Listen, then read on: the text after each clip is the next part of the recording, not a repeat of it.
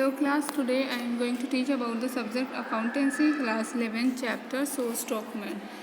In this video we will discuss about origin of transaction, source documents of accountancy. This is chapter 8. In this video we will discuss about origin of transaction. Various transactions are made in business every day, such as purchase, sales of goods and services, receipt of payment of cash, and so on. Each business transaction should be supported by the documentary evidence such as the cash memo, cash receipt, invoice, bill, debit note, credit note, pay slips, checks. The business documents are called source document. It means that हर एक transaction जो day by day business में किया जाता है वो चाहे वो cell से रिलेटेड हो या परचेज से रिलेटेड हो, उससे रिलेटेड कोई भी ट्रांजैक्शन अगर उसका पेमेंट कैश के फॉर्म में हुआ है तो एक रिसिप्ट होती है, एक डॉक्यूमेंट्री एविडेंस होता है। उस डॉक्यूमेंट्री एविडेंस को क्या बोला गया, किस किस नाम से जाना जाता है? Cash memo, cash receipt, invoice, debit note, credit note, pay slips, cheque, ये सारे नाम से जाना जाता है। अगर हम उसको दूसरे फॉर्म में कहें तो ये एक सोर्स डॉक्यूमेंट होता है। सोर्स डॉक्यूमेंट क्या है? ये एक एविडेंस है, एक प्रूफ है कि ट्रांजैक्शन हुआ है। वो ट्रांजैक्शन चाहे वो परचेज से रिलेटेड हो या सेल से रिलेटेड हो। क्या परचेज से रिलेटेड भी ट्रांजैक्शन होगा, सेल से भी रिलेटेड होगा। तो कोई भी ट्रांजैक्शन हो, हर एक ट्रांजैक्शन का एक रिकॉर्ड होता है, एक डॉक्यूमेंट्री एविडेंस होता है। उसी एविडेंस को क्या कहा जाता है? Source documents. अभी इसको कई नाम से जाना जाता है, जैसे कैश मेमो, ठीक है, कैश रिसीट, दूसरी चीज़ चेक भी एक सोर्स डॉक्यूमेंट्स है, pay slips, debit note, credit note, तो ये सारे सोर्स डॉक्यूमेंट्स हैं। अब हम इन सारे सोर्स डॉक्यूमेंट्स को वन बाय वन पढ़ेंगे। पहली चीज़ क्या है? Cash memo. कैश मेमो क्या होता है?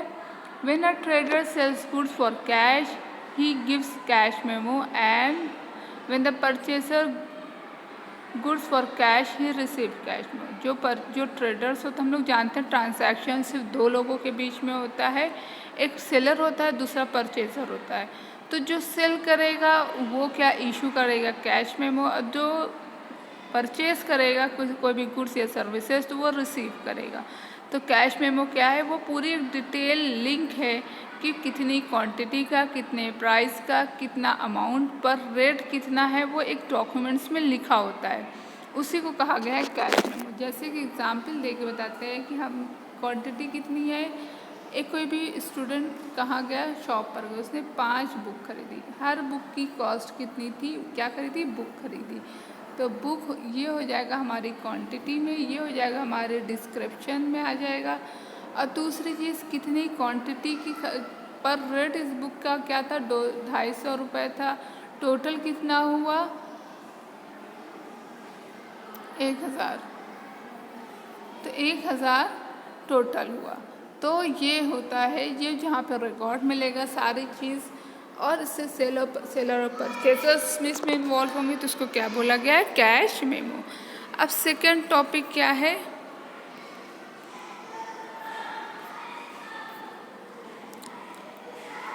कैश में। जैसे इस एक कैश मेमो का एक स्पेसिमेन दिया हुआ है, उस स्पेसिमेन से आप लोग आसानी से समझ सकते हैं कि यहाँ पे क्वांटिटीज़ लिखी हुई है, ये क्वांटिटीज़ है, ये डिस्क्रिप्शन है, ये रेट है, ये अमाउंट है। तो यही सारी चीज़ नीचे टोटल लिखा हुआ है।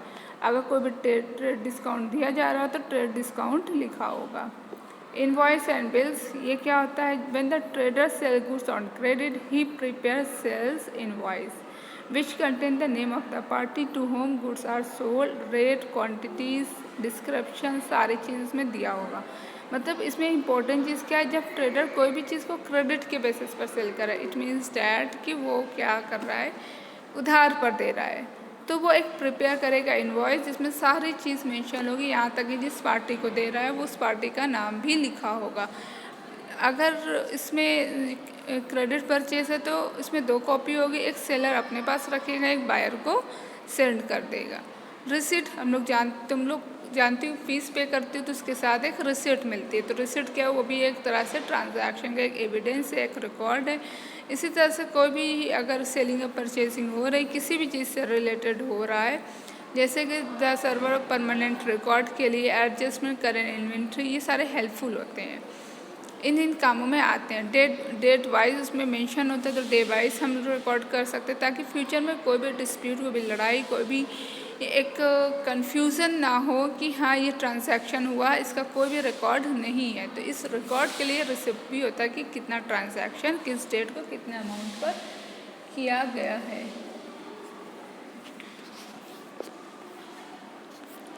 अब उस पर डेबिट नोट, क्रेडिट नोट, तो ये बहुत इंपॉर्टेंट है, ये हमेशा पूछा जाता है डेबिट नोट क्रेडिट नोट है क्या।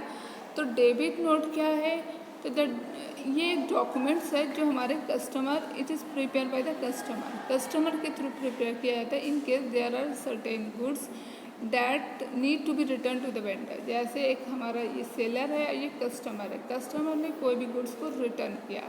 अब कस्टमर गुड्स कब रिटर्न करे, या तो इस कस्टमर का गुड्स ओवर चार्ज कर लिया गया, या तो अंडर चार्ज हो, या तो उसने जो गुड्स सेलर से ऑर्डर किया था उस गुड्स को उतनी क्वांटिटी इसमें ना मिली हो, या कोई भी डिस्क्रप्टेड गुड्स मिल गए हो, रॉन्ग गुड्स डिलीवर हो गया हो, बहुत सारे रीज़न है।